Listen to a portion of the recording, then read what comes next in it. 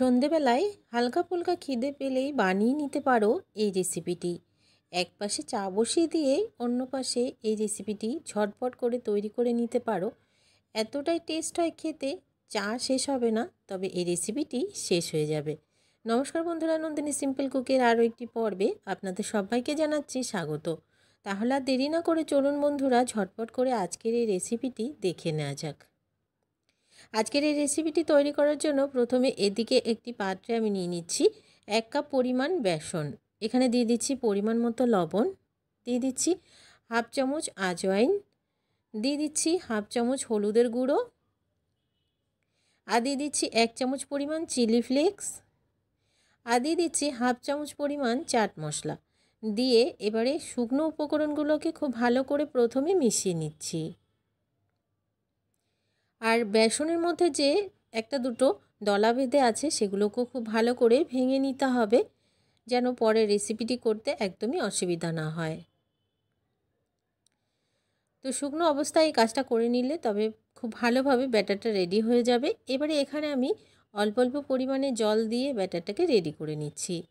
একদমই অল্প পরিমাণে জল দেব আর এই ব্যাটারটাকে রেডি করে নেব। তবে এই ব্যাটারটা কিন্তু খুব বেশি পাতলা হবে না, তার জন্য জলটা অবশ্যই বুঝে দিতে হবে। একটা চামচের সাহায্যে আমি খুব ভালো করে ব্যাটারটাকে ফেটিয়ে তৈরি করে নিচ্ছি। আর যদি আরও দলা বেঁধে থাকে সেগুলোকেও ওই চামচের সাহায্যে ভেঙে দিতে হবে। দলা বেঁধে থাকলে রেসিপিটি খেতে ভালো লাগবে না। তো বন্ধুরা, ব্যাটারটা আমার রেডি হয়ে গেছে। তো কতটা ঘনত্ব রেখেছি দেখে আপনারা বুঝতেই পারছেন। এবারে এদিকে অন্য একটি পাত্রে নিয়ে নিচ্ছি আমি 4টি সেদ্ধ করা আলু। এখানে ছোট সাইজের আলু ছিল বলে আমি 4টে নিয়েছি। আপনাদের কাছে যদি বড় হয় তাহলে 2টো কি 3টে নিতে হবে।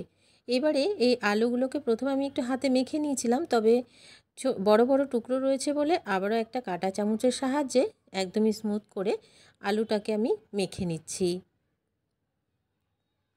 আপনাদের কাছে যদি ম্যাশা থাকে তবে ম্যাশার দিয়েও করে নিতে পারেন, তাহলে খুবই তাড়াতাড়ি হবে আর ভালো হবে। এবারে বন্ধুরা, আলুটাকে মেখে নেওয়া হয়ে গেছে। এবারে এই আলুতে আমি দিয়ে দিচ্ছি 2টো কাঁচা লঙ্কা কুচি। এবারে দিয়ে দিচ্ছি পেঁয়াজ কুচি। এখানে একটা ছোট সাইজের পেঁয়াজ একদমই ছোট ছোট করে কেটে রেখেছিলাম, দিয়ে দিলাম পেঁয়াজটা। এবারে দিয়ে দিচ্ছি পরিমাণ মতো ধনেপাতা। এবারে এখানে কিছু মশলা দিয়ে দেব। এখানে দিয়ে দিচ্ছি পরিমাণ মতো লবণ, দিয়ে দিচ্ছি হাফ চামচ হলুদের গুঁড়ো, দিয়ে দিচ্ছি হাফ চামচ ধনে গুঁড়ো, 1 চামচ পরিমাণ চিলি ফ্লেক্স দিচ্ছি, দিয়ে দিচ্ছি 1 চামচ পরিমাণ আমচুর পাউডার, আর দিয়ে দিচ্ছি হাফ চামচ পরিমাণ গরম মশলার গুঁড়ো। এই চিলি ফ্লেক্সটা একদমই ঝাল নেই, তার জন্য আমি এখানে 2 জায়গাতে ব্যবহার করেছি, তবে এই চিলি ফ্লেক্সটা খেতে কিন্তু ভীষণ টেস্টি। এবারে আমি এখানে হাত দিয়ে এই আলুটাকে খুব ভালো করে মেখে নেব। আর যদি একটা দুটো বড় অংশ থাকে সেগুলোকেও হাতের সাহায্যে ভেঙে দেব।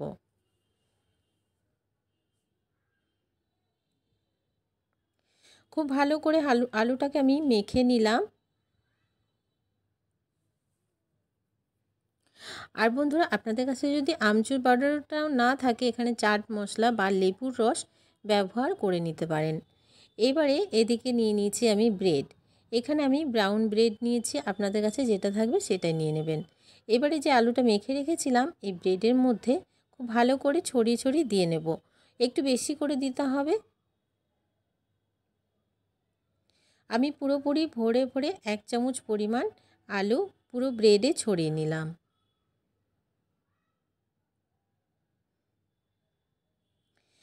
একটা ব্রেডে ছড়িয়ে নেওয়া হয়ে গেছে। এবারে চারিদিকে যে আলুগুলো বেরিয়ে গেছে সেগুলোকে খুব ভালো করে একটু সাইড থেকে সরিয়ে নিলাম, আর ওপরে একটা ব্রেড দিয়ে আবারও চাপা দিয়ে দিলাম। এবারে একটা ছুরির সাহায্যে কেটে নেব, তবে আমি আমার পছন্দ মতন 4 টুকরো করে কেটে নিচ্ছি ছোট ছোট করে। আপনারা আপনাদের পছন্দ মতো করে কেটে নেবেন। ছোট ছোট করে টুকরো করে নিলে ভীষণ ভালো খেতেও হয় আর তাড়াতাড়ি তৈরি হয়ে যাবে। তো আমি একদমই ছোট ছোট টুকরো করে সবগুলোকে তৈরি করে নিচ্ছি। ঠিক এইভাবে করে তৈরি করে নিতে হবে, বাকিগুলোকেও বানিয়ে নেব। এবারে এদিকে তেল গরম হতে দিয়ে দিয়েছিলাম, আর এই তেলে একটা একটা করে ছেড়ে দেবো। তবে যে ব্যাটারটা তৈরি করে রেখেছিলাম বেসনের, সেই ব্যাটারে ডুবিয়ে ডুবিয়ে ছেড়ে দিতে হবে। একদমই চারিদিক থেকে খুব ভালোভাবে মিশিয়ে নিতে হবে ব্যাটারের সাথে, আর একদমই একটা একটা করে ছেড়ে দিতে হবে। এভাবে করে আমি বেশ কয়েকটা ছেড়ে দিয়েছি। আর এগুলো কিন্তু ভাজতে খুব বেশি সময় লাগে না, চা তৈরি হবে না, তবে এই রেসিপিটি তৈরি হয়ে যাবে। তো দেখুন ওই পাশটা কিন্তু খুব তাড়াতাড়ি লাল হয়ে গেছে, যার জন্য গ্যাসের ফ্লেমটাকে একদমই লোতে রাখতে হবে আর ভেজে নিতে হবে। খুব তাড়াতাড়ি দেখবেন রেসিপিটি তৈরি হয়ে যাচ্ছে, আর খেতেও কিন্তু দারুণ টেস্ট হয়। ঝটপট করে তৈরি করে নেওয়া যায় এইরকম ধরনের স্ন্যাক্স। তো বন্ধুরা দেখুন এই রেসিপিগুলো কিন্তু একদমই রেডি হয়ে গেছে, নামিয়ে নেব। আর বাকি আর যেগুলো আছে ঠিক এভাবে করে বানিয়ে নিয়ে ফিরে আসছি। তো বন্ধুরা রেডি হয়ে গেল আজকের স্ন্যাক্স রেসিপিটি। সন্ধেবেলায় এই রেসিপি চায়ের সাথে খেতে কিন্তু দারুণ লাগে। একবার হলেও বানিয়ে দেখার অনুরোধ রইল। আজকের রেসিপিটি ভালো লাগলে একটা লাইক করার অনুরোধ রইল, অনেক অনেক শেয়ার করে দেওয়ার অনুরোধ রইল। নতুন বন্ধু আমার চ্যানেলে নতুন এসে থাকলে আমার চ্যানেলটিকে সাবস্ক্রাইব করে পাশে থাকা বেল আইকনটাকে প্রেস করে অল বাটনে ক্লিক করতে ভুলবে না। আর যে সমস্ত বন্ধুরা আমার চ্যানেলটিকে সাবস্ক্রাইব করছো, দয়া করে আমি একটা কথা বলবো, তারা যখন কমেন্টস করবেন তাদের কমেন্টসের পাশে একটা বেল আইকন ছবি দিয়ে দেবে, তাহলে বুঝতে পারবো যে এই বন্ধুটা আমার পাশে আছে। আজকের মতন এখানে শেষ করছি, দেখা হচ্ছে পরবর্তী রেসিপিতে। ততক্ষণ পর্যন্ত সবাই ভালো থাকবে।